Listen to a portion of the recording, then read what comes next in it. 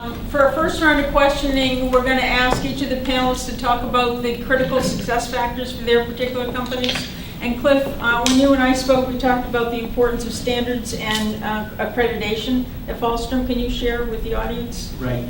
The primary focus on standards and accreditation that we work with at Fallstrom Company surrounds our welding and sheet metal processes. Our core capability is welding, and welding has really transformed as a manufacturing process over the past couple of decades.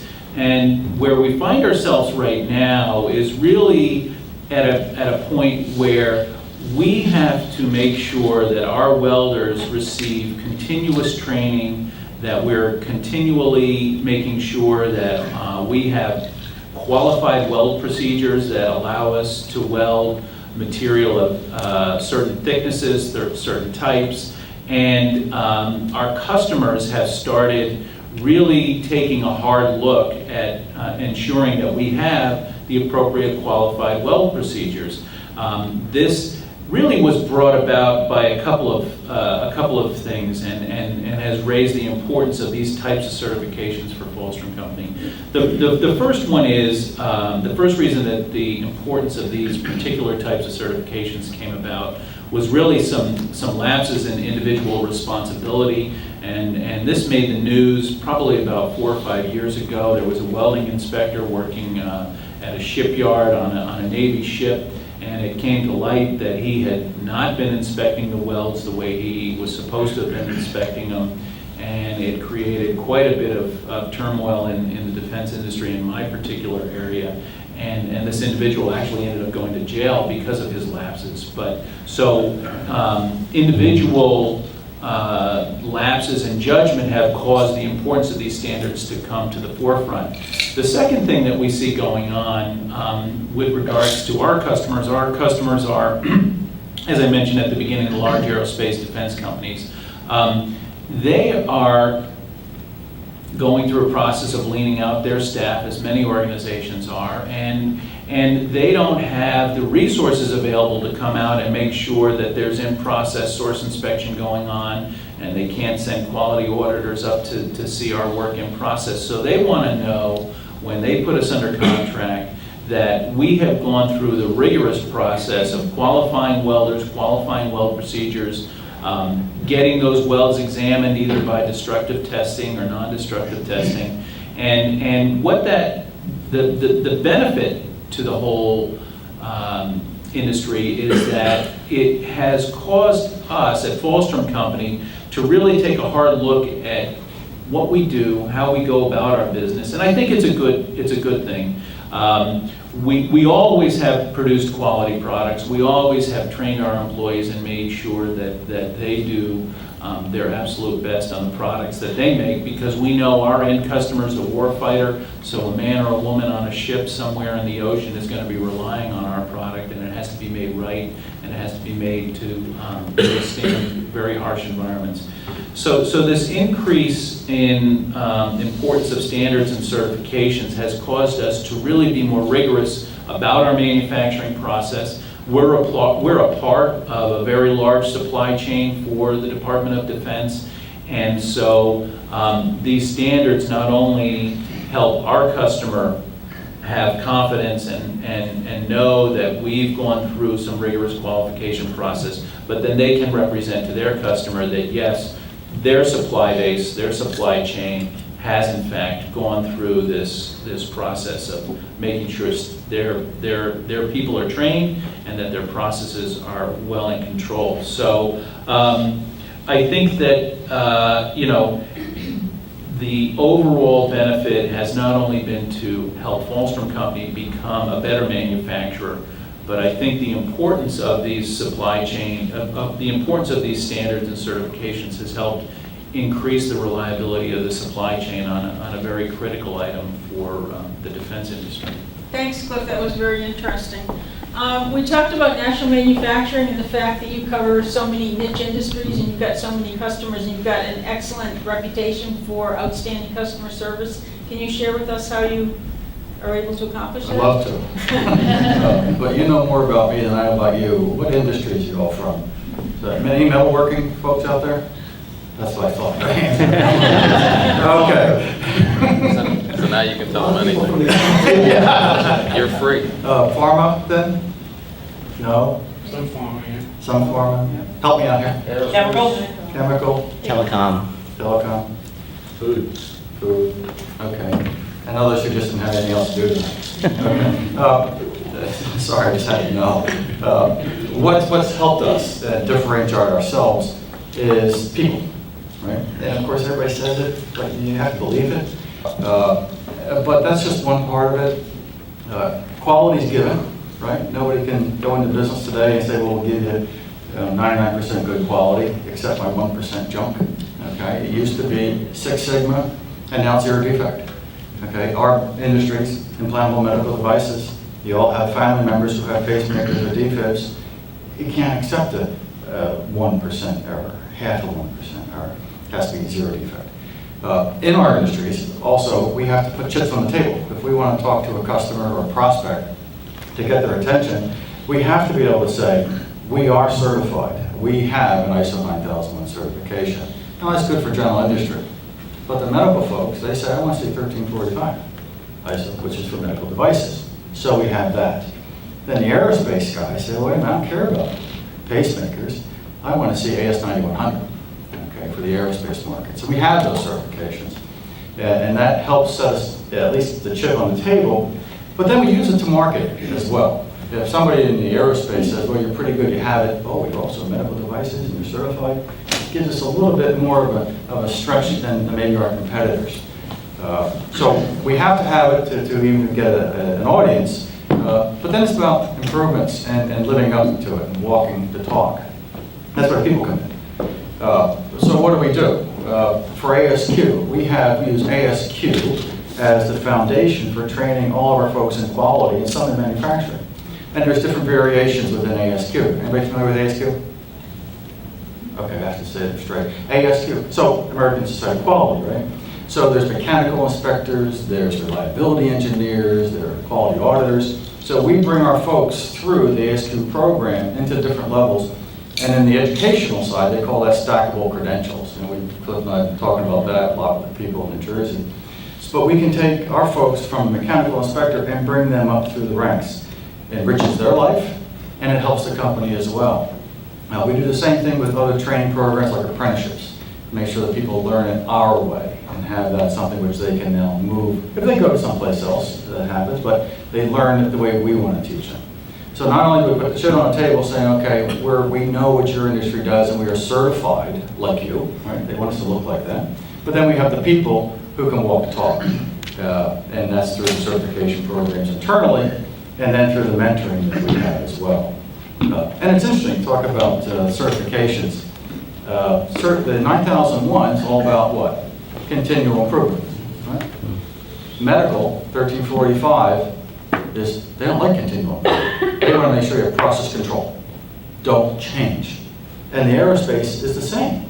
They don't want changes, but in industry, they want to see you improving all the time in your processes. But the medical guy says, I want that battery for that pacemaker or that housing for the defibrillator to be just like the one last year.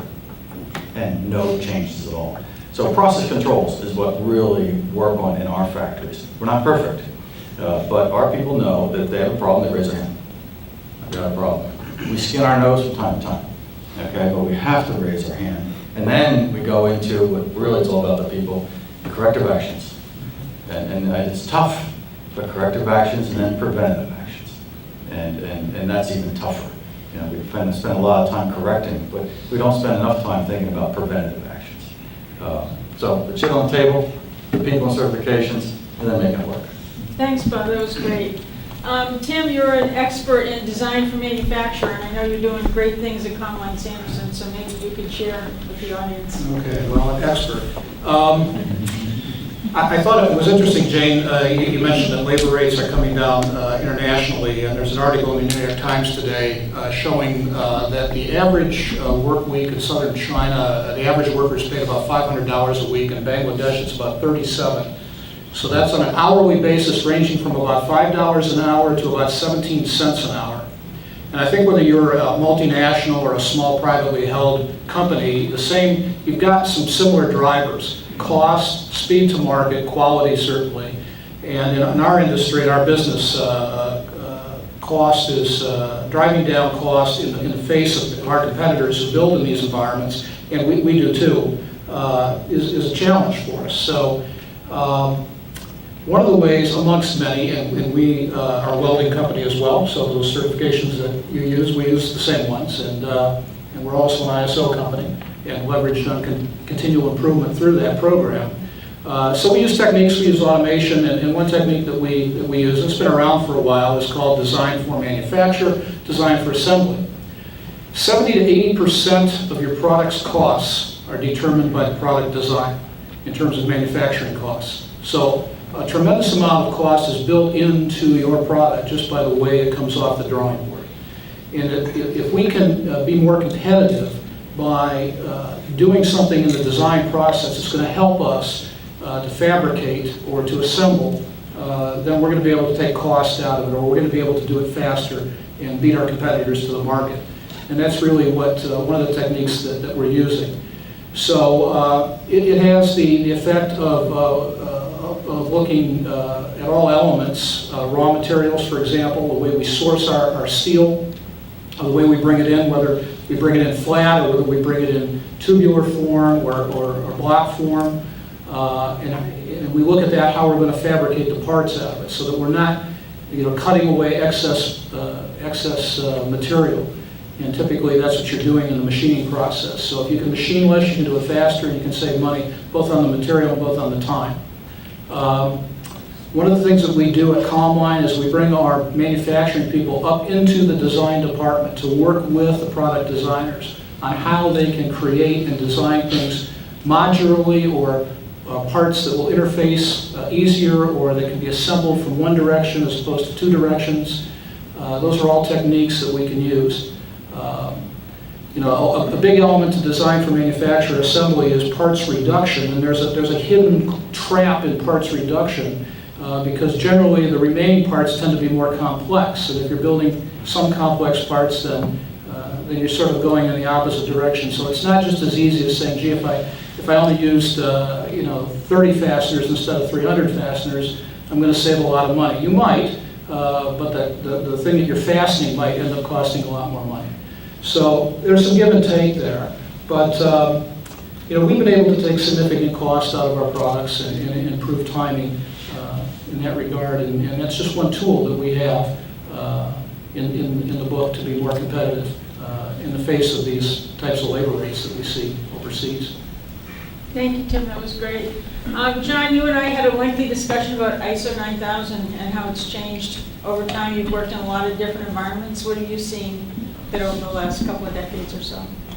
Well, a lot of what was said by the guys here makes that point. Years ago, when I first brought Sandvik up to ISO certification, it was a very cumbersome process. The reality is that it was less of a quality program and much more of a pure structure. Now it's evolved into a situation where we can use it to advance certain industries, which is very important. One size doesn't fit all. That's just the reality of what we deal with. As Bob was saying, and as Tim's points about design, I mean, depending on what industry you're in and you're involved in, you're expected to meet certain criteria. If I'm building, some sheet metal for, some small enclosures that are not, custom critical, it's one thing. If I'm doing what Fallstrom does, it's a completely different thing. So that is part of where the ISO evolution has really worked with companies and been able to get involved. Not to mention the fact that back, 25 years ago, the companies that were pushing ISO were the companies that were either working in Europe or were the larger companies in the US market. And what's happened now is that it's a push down. And And it's pushed down. At first, it was, I think, very cumbersome for smaller companies to handle ISO certification. Now, the push down, I think, is advantageous to these companies because guys like National, Fallstrom, and Tim's firm are able to use that as a management system to help run their business. And that to me is critical. None of these things are new. You know, I mean, what Deming said when I was still in college still affects what we do today.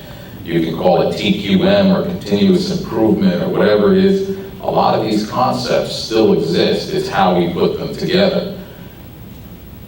Manufacturing, funny because I grew up not far from here and still live not far from here. And I remember when this was Exxon Research property, EXO Research when I was younger. And was always intrigued because they would give Boy Scouts tours of their facility and show you these things. And I remember telling my father that I wanted to be in manufacturing, and my father said, you know, listen, manufacturing's dead. Well, manufacturing's not dead, it's evolved, it's changed, it's become something different, and I think better in many ways. The United States is still number 1 or 2, depending on how you look at it in manufacturing. New Jersey is actually about either 8th to 11th in our 50 states, again, depending on what list you look at. You know, while we need companies like the Lockheed Martins, the BASFs, and so on, we also need the smaller, more versatile, quicker to act companies that create things and develop things. It's so much easier at one of these gentlemen's companies to do a design and to get it to the market than it is maybe at a General Dynamics. And that's good for us. And I think it's good for our future. But the critical tie-in is how the smaller companies are able to act and react with the larger companies. New Jersey is a supply chain state. And we do an awful lot of high-tech efforts and you know, interactions. But Cliff can't do business with Lockheed Martin if he doesn't match up with them and what they need, whether you call it ISO or anything else. But ISO is a program that we can make and we'll make work for smaller businesses and for larger businesses. And that's probably, you know, the best part of it now. And the fact that you don't have to write as much as you used to. I remember we spent about, in Sandvik, we spent about 1.5 years writing our requirements. And I was always taken by the fact that the gentleman who was doing our certification came in and said, look, every time you get an award of a project, you go into that corner and you spin clockwise and yell, yay. If you do that, you're compliant. And I thought, you know, as an engineer, that doesn't make sense. So it's nice that it's changed to a point where it's actually more usable and better for companies of all sizes. Great insights, thank you.